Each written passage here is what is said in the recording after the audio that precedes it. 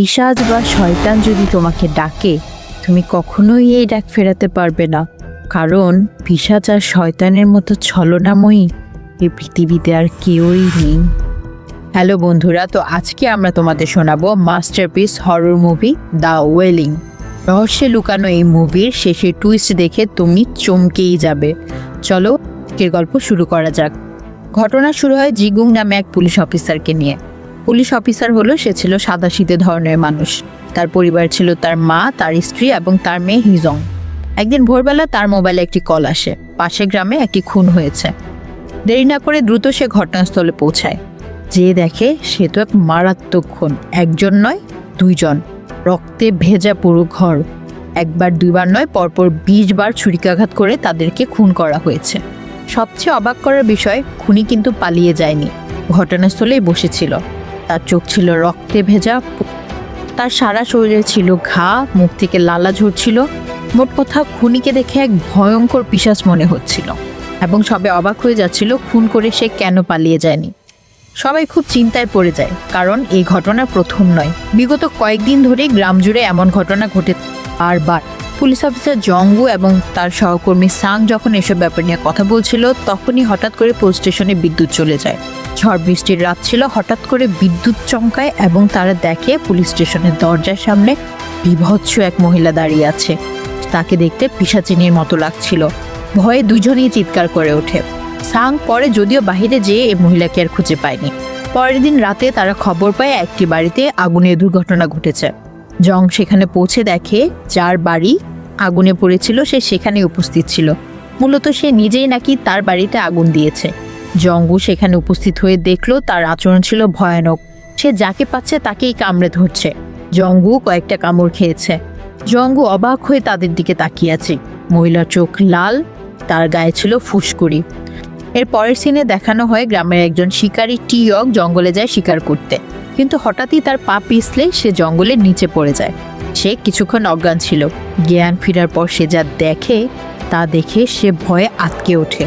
একজন অর্ধউলঙ্গ ব্যক্তি একটা পশুর মাংস খাচ্ছে নির্মমভাবে। এটা দেখে সে ভয়ে কোনো একটা পাথরের পেছনে লুকিয়ে যায়। কিন্তু অবাক করার বিষয় হলো, সে মানুষ খেকোর পিশাচ তাকে খুঁজে বের করে। এরপর টিওকের আর কিছুই মনে নেই। পরের দিন আরও একটি খুনের খবর পায় তারা। যে দেখে এক ব্যক্তির বাড়িতে সে নিজেই ফাঁসিতে ঝুলছিল। তার মৃতদেহের সাথে সাথে ওই পরিবারে আরও 3 জন ব্যক্তির মৃত লাশ উদ্ধার করা হয়। ধারণা করা হচ্ছিল ওই ব্যক্তি 3 জনকে খুন করে তাকে আগুনে জ্বালিয়ে দিয়েছিল এবং তারপর সে নিজেই ফাঁসিতে ঝুলেছিল। তার চোখও ছিল রক্তের লাল এবং শরীরে ছিল ফুসকুড়ি। এসব ঘটনার পর জঙ্গুর কেমন যেন জাপানিজ ব্যক্তির উপর সন্দেহ হওয়া শুরু করে, কারণ সবগুলো ঘটনার মধ্যেই একটি সবাই ছিল মানসিকভাবে অসুস্থ। পরের দিন জঙ্গু সেই 3 খুন হওয়া বাড়ির কাছে যায়। সে সেখানে গিয়ে একটি মেয়েকে দেখতে পায়। মেয়েটি সাদা কাপড় পরা এবং অদ্ভুতভাবে জঙ্গুর দিকে তাকিয়েছিল। সে ধীরে ধীরে জঙ্গুর কাছে আসতে থাকে। জঙ্গু অবাক হয়ে মেয়েটার দিকে তাকিয়ে থাকে এবং আসার পর মেয়েটা যা বলে, জঙ্গু তো অবাক। মেয়েটা বলে এই বাড়িতে 3 জন কিভাবে খুন হয়। জঙ্গু মেয়েকে প্রশ্ন করে, তুমি এটা কিভাবে জানো? কে তুমি? কোথা থেকে এসেছো? মেয়েটি উত্তরে কিছুই বলে না। সে জঙ্গুকে ভেতরে যেতে বলে। ভেতরে যাওয়ার পর সে সব বর্ণনা দেয় এবং জঙ্গুকে বলে, আপনি কি সেই জাপানিজ ব্যক্তিকে স্বপ্নে দেখেন? তাহলে কিন্তু সাবধান, যারাই সেই জাপানিজ ব্যক্তিকে স্বপ্নে দেখে তাদের পরিবারে ঘোরতর বিপদ নেমে আসে, কারণ সে মানুষ নয়, সে হচ্ছে পিশাচ। কিছুক্ষণ পরে জঙ্গু এই মেয়েকে আর খুঁজে পায় না। সে তন্ন তন্ন করে তাকে খুঁজতে থাকে। ভাবে, এই মেয়েটি যদি গতকালের খুনের ঘটনা এত সামনে থেকে দেখে, তাহলে খুনিকে কেনই বা ছেড়ে দিল? এই রাতে জঙ্গু স্বপ্ন দেখে সে জাপানিজ ব্যক্তি তার চোখ এবং রক্তমাখা শরীর নিয়ে তাকে খেতে আসে। অদ্ভুতভাবে সেই রাত থেকে তার মেয়ের প্রচণ্ড জ্বর করে। পরের সিনে দেখানো হয় জঙ্গু তার কর্মী এবং শিকারীকে সেই জঙ্গলে যায় যেখানে ছিল জাপানিজ ব্যক্তির বাড়ি। অর্ধেক যাওয়ার পর তারা দেখে জঙ্গলে হরিণের মাংস সবকিছু পড়ে আছে। শিকারী বলে এই সবই জাপানিজ ব্যক্তির কাজ। সে নির্মমভাবে এই হরিণের মাংসগুলোকে খেয়েছে। সে ভয় আর সামনে এগোতে চায় না। সে বলে এখনই সে চলে যাবে। হঠাৎ করে সেখানে বজ্রপাত শুরু হয় এবং বৃষ্টি নামে। ভয়ে শিকারী পালাতে থাকে এবং কাদায় পা পিছলে পড়ে যায়। জঙ্গু তাকে আটকায়, তাকে যেতে নিষেধ করে। সেই সময়ে বজ্রপাতে তার শরীর পুরো জ্বলেই যায়, কিন্তু অদ্ভুতভাবে সে সেখানে মারা যায়নি। সে বেঁচে ছিল। জংগু তাকে তৎক্ষণাৎই হসপিটালে, সে একই হসপিটালে ভর্তি ছিল হিয়ংগুক। হিয়ংগুক হলো সেই ব্যক্তি যাকে মুভি প্রথমে দেখানো হয়, যে খুন করে পালিয়ে যায়নি এবং তার বিভৎস চেহারা। হিয়ংগুকের শারীরিক অবস্থা হঠাৎই খারাপ হতে থাকে। সবাই মিলে যখন হিয়ংগুকের কাছে যায় তখন মনে হয় কোনো অদৃশ্য শক্তি তার বুকের ভিতরটা ছিঁড়ে ফেলছিল।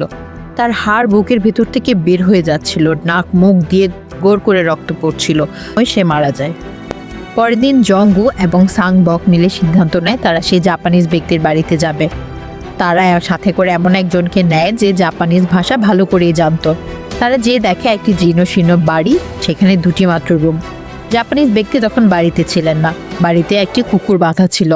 জংবুক একটা রুমে যেয়ে ঢুকে, সেখানে দেখে কিছু মোমবাতি জ্বলছিল এবং এখানে একটি কাটা হরিণের মাথা। দেখে মনে হচ্ছিল কিছুক্ষণ আগেই হরিণের মাথায় রক্ত ঢালা হয়েছিল। মনে হচ্ছিল যেন একটি তন্ত্রমন্ত্র সাধনা চলছে। আরেকটি রুমের মধ্যে দেখা যায় সাংবককে। সাংবক সেই রুমে ঢুকে তো অবাক।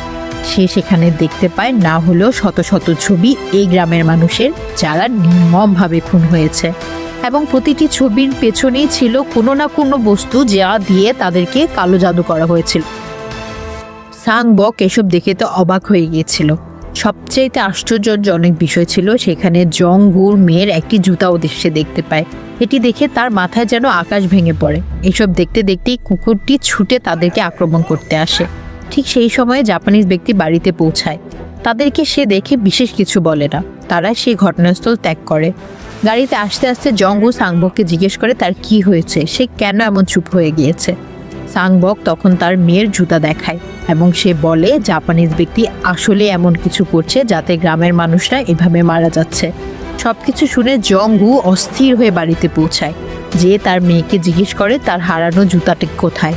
সে বলে, তোমার কি জাপানিজ ব্যক্তির সাথে দেখা হয়েছিল, কি করেছিল সে? এসব প্রশ্ন শুনে জংগুয়ের মেয়ে প্রচণ্ডভাবে রেগে যায়। সে বলে সে তাকে কিছুই জানাবে। রাতে হাইজিন ঘুমালে জিগং তার রুম গিয়ে সার্চ করে এবং অবাক হয়ে দেখে হাইজিংয়ের শরীরে পিশাচে কামড় দিলে যেরকম আক্রান্ত হয় সেরকম ফুসকুড়িতে পুরো শরীর ভরে গেছে। পরের দিন জিগং সাংকে নিয়ে সে জাপানির বাড়িতে যায়। যে জাপানিকে জিজ্ঞেস করে, তুমি কে, কেন এসেছো, কেনই আমাদের গ্রামের মানুষের ক্ষতি করছো? জাপানিজ লোকটা অবাক হয়ে তার দিকে তাকিয়ে থাকে, কোনো জবাব দেয় না।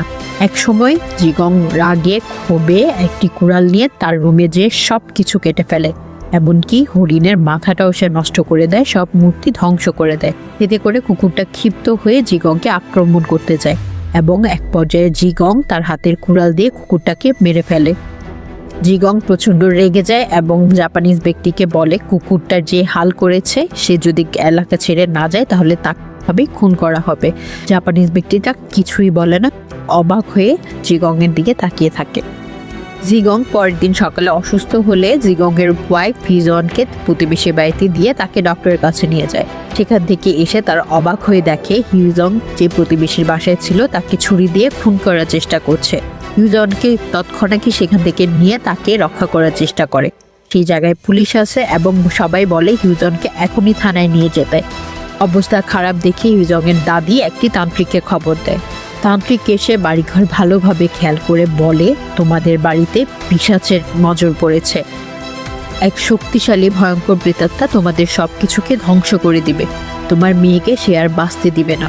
ইয়ং জানায় সে জলদি একটি পূজা পাঠের ব্যবস্থা করবে তার মেয়েকে এবং তাদের সকলকে বিপদ থেকে রক্ষা করার জন্য। পরের দিন তান্ত্রিক হাইজিংয়ের শরীর থেকে প্রেতাত্মা বের করার জন্য মন্ত্রপাঠ শুরু করে। হাইজিন প্রচণ্ড যন্ত্রণায় কাতরাতে থাকে। জংগু এসব সহ্য করতে না পেরে চিৎকার করে বলে, তোমরা এসব বন্ধ করো, তোমাদের আমার প্রয়োজন নেই, তোমরা এখান থেকে চলে যাও। এত কিছু সহ্য করতে না পেরে জংগু তার কয়েকটি বন্ধুকে নিয়ে জাপানিজের বাড়িতে যায়। যে দেখে জাপানিজ বাড়িতে নেই, কিন্তু হঠাৎ করেই নরখাদক পার্ক, যাকে কিছুক্ষণ আগে মৃত দেখানো হয়েছিল, সে এসে তাদের উপর আক্রমণ করে।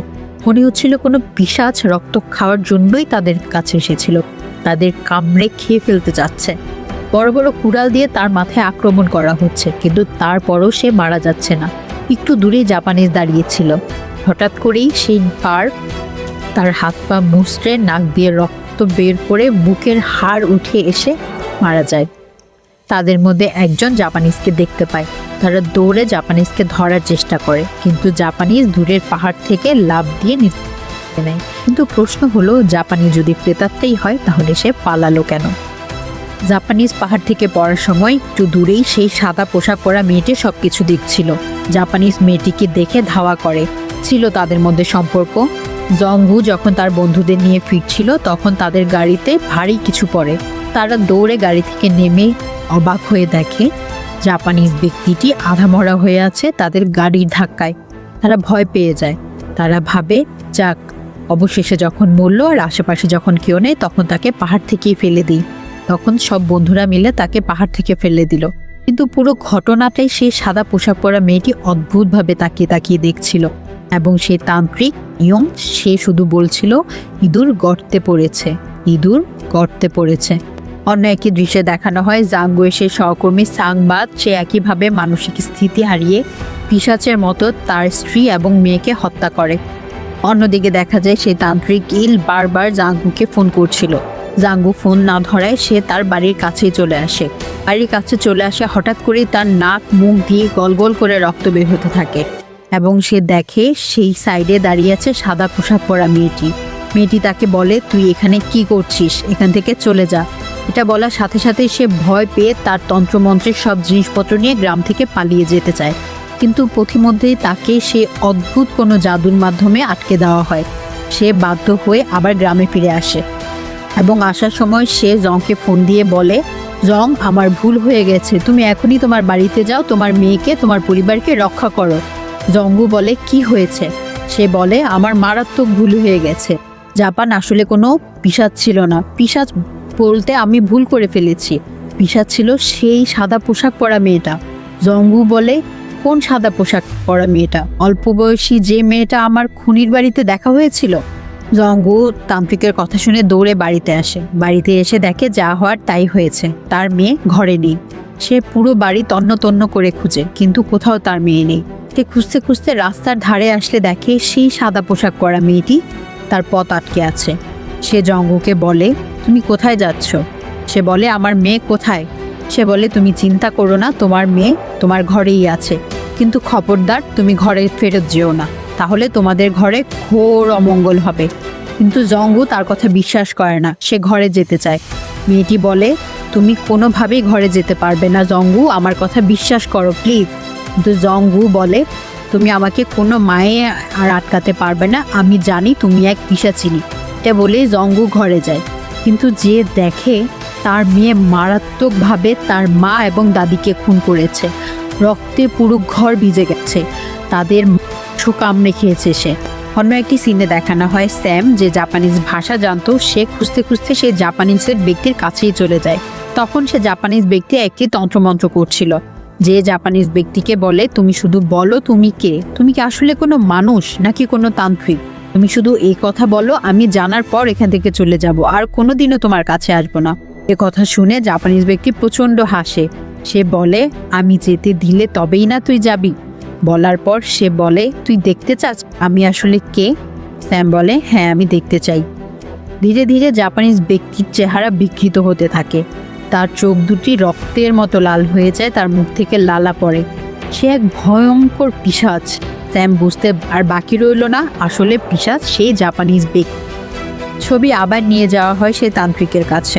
তান্ত্রিক এবার জঙ্গুর বাড়িতে গিয়েছিল, যে দেখে সবাই মৃত অবস্থায় পড়ে আছে। তান্ত্রিক কিন্তু এবার হাসলো, এসে ক্যামেরা বের করলো। ক্যামেরা বের করে সব মৃত ব্যক্তিদের ছবি তুলল। আর বাড়ির পাশেই সেই সাদা পোশাক পরা মেয়েটি চুপচাপ বসেছিল।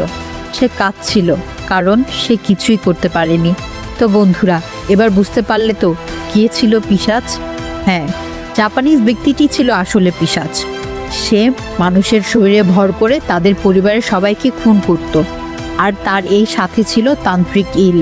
তারা দুজনে মিলে পুরো গ্রামটাকে ধ্বংস করে দিচ্ছিল।